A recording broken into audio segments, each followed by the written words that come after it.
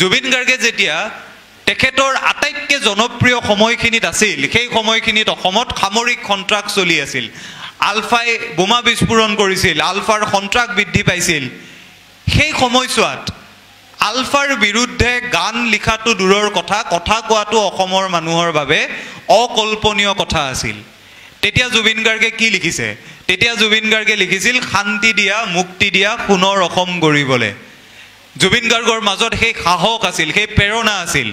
আপোনালোকে তাৰ পাছৰ সময়লৈ গুচি আহক যেতিয়া অসমত কা বিৰোধী গণ আন্দোলন হৈছে সমুখৰ পৰা জাতিটোক নেতৃত্ব দিয়া মানুহজন আছিল জুবিন গাৰ্গ একেবাৰে শেহতীয়া সময়লৈ আহক দীঘলী পুখুৰীৰ পাৰত যেতিয়া গছ কাটিবলৈ চৰকাৰ উদ্যত হৈছিল সমুখৰ পৰা নেতৃত্ব দিয়া মানুহজন আছিল জুবিন গাৰ্গ আজি যে সমগ্ৰ ভাৰত আচৰিত হৈছে জুবিন গাৰ্গৰ কথাবোৰ জানি কিয় আচৰিত হৈছে কাৰণ আমি যিবোৰ মানুহক শিল্পী বুলি কৈ থাকো যিবোৰ মানুহক আমি গায়ক গায়িকা অভিনেতা অভিনেত্ৰী বুলি কৈ থাকো তেনে বেছিভাগ মানুহৰ মেৰুদণ্ড নেথাকে তেনে বেছিভাগ মানুহে এনেকুৱা মঞ্চ এখনলৈ আহি এখন বিৰোধী সভালৈ আহি চৰকাৰ বিৰোধী কথা ক'বলৈ ভয় কৰে কাৰণ তেওঁলোক বেছিভাগেই চৰকাৰৰ অনুগ্ৰহত উঠা বহা কৰে আজি যদি আপুনি ভাৰতৰ একেবাৰে নামী দামী ফিল্ম ছুপাৰষ্টাৰবোৰলৈ লক্ষ্য কৰে এই মানুহবোৰে কেতিয়াও মানুহৰ কাষত থিয় হৈ চৰকাৰ বিৰোধী কথা কৈ পোৱা নাই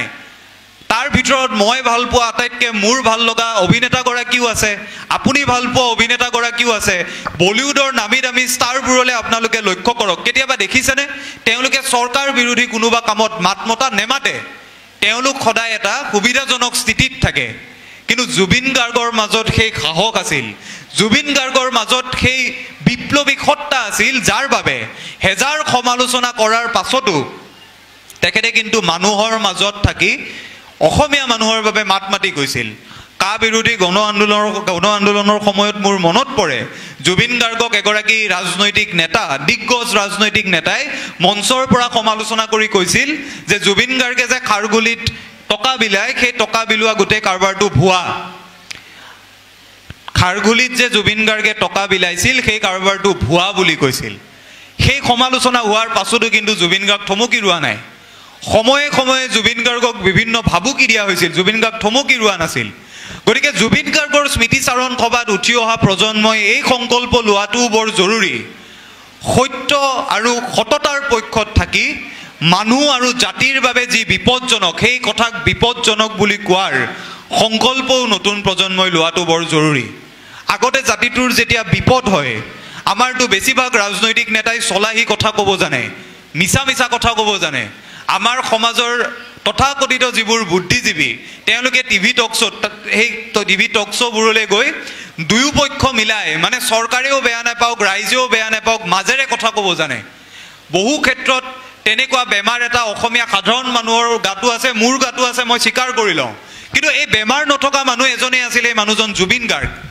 আগতে যেতিয়া জাতিটোৰ বিপদৰ সময়ত চৰকাৰক কোনোবাই সাহসেৰে কিবা এটা কোৱাৰ সময় আহে যিটো কথা আমি তথাকথিত ভদ্ৰ মানুহ বুলি ক'ব পৰা নাছিলোঁ কাৰণ আমি ইফালেও মিলাব লাগে সিফালেও মিলাব লাগে সেই সময়তে সেই কথা কোৱা মানুহজন আছিল জুবিন গাৰ্গ কাকো ভয় নকৰি কাকো ৰঙা চকুলৈ কেৰেপ নকৰি সাহসেৰে সঁচা কথা ক'ব পৰা মানুহজন আছিল জুবিন গাৰ্গ আৰু আজি জুবিন গাৰ্গ আমাৰ মাজত নাই গতিকে মই আপোনালোকক এই কথাই অনুৰোধ কৰিম আমিতো জুবিন গাৰ্গৰ দৰে স্পষ্টবাদী হ'ব নোৱাৰোঁ কিমান সাহস আমাৰ বুকুত নাই কিন্তু তেখেতৰ দৰে অন্যায় আৰু অনিয়মৰ বিৰুদ্ধে মাত মাতি যোৱা সংকল্পটো কিন্তু আমি গ্ৰহণ কৰিব লাগিব যেতিয়াই আমি অনিয়ম দেখিম যেতিয়াই আমি অন্যায় দেখিম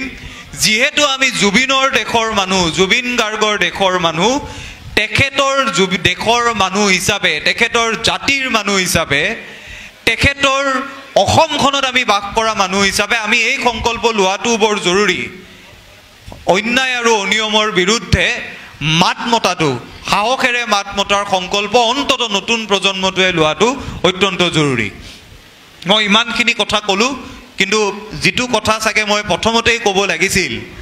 জুবিন গাৰ্গৰ ৰহস্যজনক মৃত্যুৰ তদন্তৰ বাবে ক্ষিপ্ৰতৰভাৱে তদন্ত আগবঢ়াই নিয়াৰ কথাটো সেই কথাটো মই ইচ্ছা কৰিয়েই শেষলৈ থৈছিলোঁ